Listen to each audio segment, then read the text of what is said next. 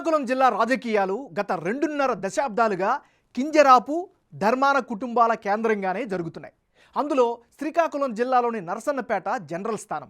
ఉమ్మడి ఆంధ్రప్రదేశ్లో ఈ నియోజకవర్గం కాంగ్రెస్కు కంచు కోటగా ఉండేది. 1985 నుంచి ఈ నియోజకవర్గం మీద ధర్మాన కుటుంబం పట్టు సాధిస్తూ వస్తుంది. గడిచిన ఎన్నికల్లో నరసన్నపేట నుంచి కాంగ్రెస్, టీడీపీ, వైఎస్ఆర్ కాంగ్రెస్ అభ్యర్థులు గెలుస్తూ వస్తున్నారు. పోలినాటి వెలమ సామాజిక వర్గం ఈ నియోజకవర్గంలో ఎక్కువ. ఈ సామాజిక వర్గానికి చెందిన నేతలకే టిక్కెట్లు ఇస్తున్నారు ప్రధాన పార్టీలు. ఈసారి ఎన్నికల్లో టీడీపీ, జనసేన కలిసి ఎన్నికలకు వెళ్తుండడంతో ఈ నియోజకవర్గంలోనూ ఆసక్తి పెరిగింది. పొత్తుతో నరసన్నపేట సెగ్మెంట్లో పొలిటికల్ ఈక్వేషన్స్ మారే ఛాన్స్ ఉందా? వైసీపీ అభ్యర్థి గెలుపోటములు ఎలా ఉండబోతున్నాయి? Big TV detailed exclusive survey రిపోర్టులో ఏం తెలిందో చూద్దాం.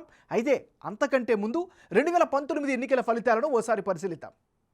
2019లో ధర్మాన కృష్ణదాస్ వర్సెస్ బగ్గు రమణమూర్తి వీళ్ళిద్దరి మధ్య పోటీ జరిగింది. ఆ పోటీలో వైఎస్ఆర్ కాంగ్రెస్ పార్టీ ఏకంగా 52% ఓట్ షేర్ను దక్కించుకుంది. అదే సమయంలో తెలుగుదేశం పార్టీ కేవలం 40% ఓట్ షేర్ను మాత్రమే దక్కించుకోగలిగితే కాంగ్రెస్కు 3%, ఇతరులకు 5% ఓట్లు పోలయ్యాయి. అంటే 2019 అసెంబ్లీ ఎన్నికల్లో నరసన్నపేట సెగ్మెంట్లో వైసీపీ నుంచి ధర్మాన కృష్ణదాస్ పోటీ చేసి 52% ఓట్ షేర్ దక్కించుకొని మంచి మెజారిటీతో గెలిచారు. వైఎస్ జగన్ వేవ్ అలాగే పర్సనల్ ఇమేజ్తో ఓట్ల శాతాన్ని గతం కంటే గణనీయంగా పెంచుకున్నారు. అలాగే టీడీపీ నుంచి బగ్గు రమణమూర్తి అదే కమ్యూనిటీ నేతే అయినప్పటికీ అనుకున్నన్ని ఓట్లు మాత్రం సాధించలేకపోయారు. కేవలం 40% ఓట్లతో మాత్రమే సరిపెట్టుకోవాల్సిన పరిస్థితి. ఇక కాంగ్రెస్ గత 2 ఎన్నికల్లో ఎక్కడా ఎలాంటి ప్రభావం చూపించలేకపోయింది. రాష్ట్ర విభజనకు ముందు హస్తం పార్టీదే ఇక్కడ హవాగా ఉండేది. ఇప్పుడు షర్మిల రాకతో ఈ సెగ్మెంట్లో పరిస్థితి మారుతోందా? నరసన్నపేట నియోజకవర్గంలో ప్రజల స్పందన ఏమిటి? Big TV exclusive detailed election సర్వేలో వెల్లడైన అభిప్రాయాలను ఇప్పుడు పరిశీలిద్దాం. ఇక క్యాండిడేట్స్ వైజ్గా ఎవరి బలాలు ఎలా ఉన్నాయి, బలహీనతలు ఏంటో చూద్దాం. ముందుగా ధర్మాన కృష్ణదాస్కి సంబంధించినటువంటి రాజకీయంగా కలిసి వచ్చేటువంటి అంశాలేంటి? ఉత్తరాంధ్ర బెస్ట్ ఎమ్మెల్యేగా గుర్తింపు సంపాదించుకోవడం రాజకీయంగా నియోజకవర్గపరంగా కలిసి వచ్చేటటువంటి ప్రధానమైనటువంటి అంశం. ఇక ప్రజలకు అందుబాటులో ఉంటారు అనేటటువంటి మంచి మార్కు కూడా ఆయనకి కలిసి వచ్చే అవకాశం. ఇక గడప గడపకు ప్రోగ్రామ్స్ యాక్టివ్గా పార్టిసిపేట్ చేశారు. పార్టీ పరంగా కూడా మంచి మార్కులను అయితే ఈయన సాధించుకోగలిగారు. ఇక నియోజకవర్గంలో పార్టీ పరంగా పాటు వ్యక్తిగతంగా కూడా ఇమేజ్ ఈయనకి కలిసి వచ్చేటటువంటి అంశం. ఇది ధర్మాన కృష్ణదాస్కి సంబంధించినటువంటి పొలిటికల్ పాజిటివ్ పాయింట్స్. ఇప్పుడు ధర్మాన కృష్ణదాస్కి మైనస్ అయ్యే అవకాశం ఉండే అంశాలేంటో పరిశీలిస్తే, విద్యుత్ బిల్లుల భారంపై జనంలో ముఖ్యంగా నియోజకవర్గంలో బాగా అసంతృప్తి కనిపిస్తుంది. ఇది నెగిటివ్ అయ్యే అవకాశం ఉంది. ఇక నిత్యావసరాల ధరాభారం కూడా ఆయనకి ప్రధానంగా ఒక చిక్కులు తెచ్చే అవకాశం ఉంది. ఇక ఇంటింటికి నల్లా పథకం కూడా ఆలస్యం అవడం కూడా మరో మైనస్ పాయింట్.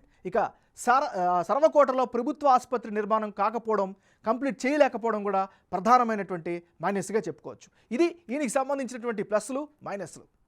సంబంధించి నెగిటివ్ అయ్యే అవకాశాలు ఉండే పాయింట్స్ ఏంటి పరిశీలిస్తే, ముందుగా విద్యుత్ బిల్లుల భారంపై జనంలో అసంతృప్తి అయితే బలంగా కనిపిస్తుంది. ఇది మైనస్ అయ్యే అవకాశం ఉంది. ఇక నిత్యావసరాల ధరాభారం కూడా పెరగడం ఈయనకి ప్రధానమైనటువంటి అడ్డంగా చెప్పుకోవచ్చు. ఇక ఇంటింటికి నల్లా పథకం ఆలస్యం అవడం కూడా మరో మైనస్. ఇక సారవకోటలో ప్రభుత్వ ఆసుపత్రి నిర్మాణం చేయలేకపోవడం కూడా ఈయనకి నెగిటివ్ అయ్యే అవకాశాలు కనిపిస్తున్నాయి. ఇది ఈయనకి సంబంధించినంత వరకు ఉండే పాజిటివ్స్, నెగిటివ్స్.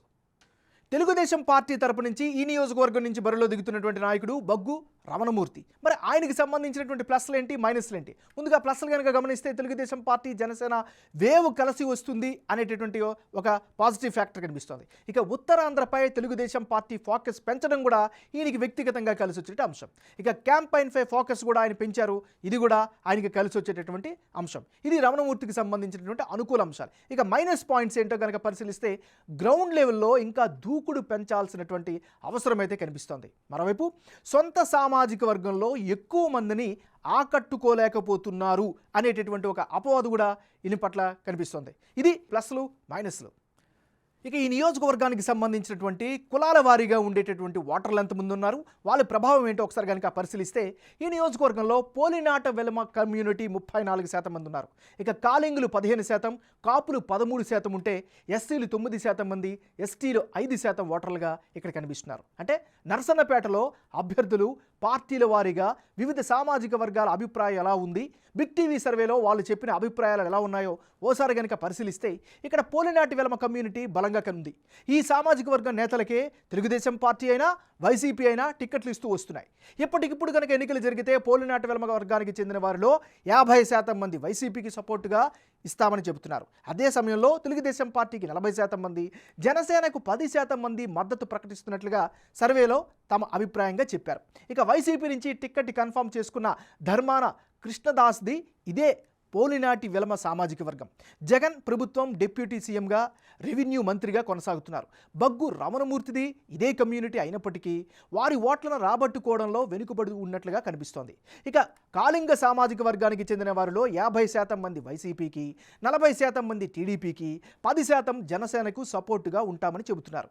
అటు కాపుల్లో కూడా 40% మంది వైసీపీకి, 55% తెలుగుదేశం పార్టీకి, 5% జనసేనకు మద్దతుగా ఉంటామని సర్వేలో అయితే వారి యొక్క అభిప్రాయంగా చెప్పారు. ఎస్సీస్ కమ్యూనిటీ పరంగా చూస్తే 55% మంది వైసీపీకి, 35% మంది తెలుగుదేశం పార్టీకి, 10% మంది వైసీపీకి మద్దతు పలుకుతున్నట్లుగా తెలుస్తోంది ఈ సర్వే ఆధారంగా. అటు ఎస్టీల్లో 60% జగన్ పార్టీకి, 35% తెలుగుదేశం పార్టీకి, 5% జనసేనకు అండగా ఉంటామని చెబుతున్నటువంటి పరిస్థితి. ఇది ఈ నియోజకవర్గానికి సంబంధించినటువంటి క్యాస్ట్ పాలిటిక్స్. రానున్న ఎన్నికల్లో ఎవరెవరు పోటీలు ఉంటే ఫలితాలు ఏ విధంగా వచ్చే అవకాశం ఉందో పరిశీలిద్దాం. ముందుగా ధర్మాన కృష్ణదాస్ వర్సెస్ బగ్గు రమణమూర్తి.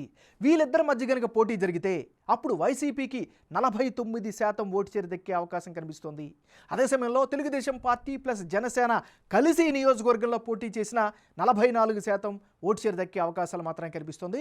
ఇతరులు 7% ఓట్లు దక్కించుకునే అవకాశం కనిపిస్తోంది. అంటే యాజ్ ఆఫ్ టుడే ఇప్పటికిప్పుడు కనుక ఎన్నికలు జరిగితే ఈ నియోజకవర్గంలో వైసీపీ అభ్యర్థి ధర్మాన కృష్ణదాస్కే గెలుపు అవకాశాలు ఎక్కువగా ఉన్నట్లు బిగ్ టీవీ సర్వేలో తేలింది. ధర్మాన కృష్ణదాస్కు 49% ఓట్ షేర్ దక్కే అవకాశాలు కనిపిస్తున్నాయి. అదే సమయంలో తెలుగుదేశం పార్టీ నుంచి బగ్గు రమణమూర్తి బరిలో ఉంటే 44% ఓట్లు సాధించే ఛాన్సెస్ ఉన్నాయి.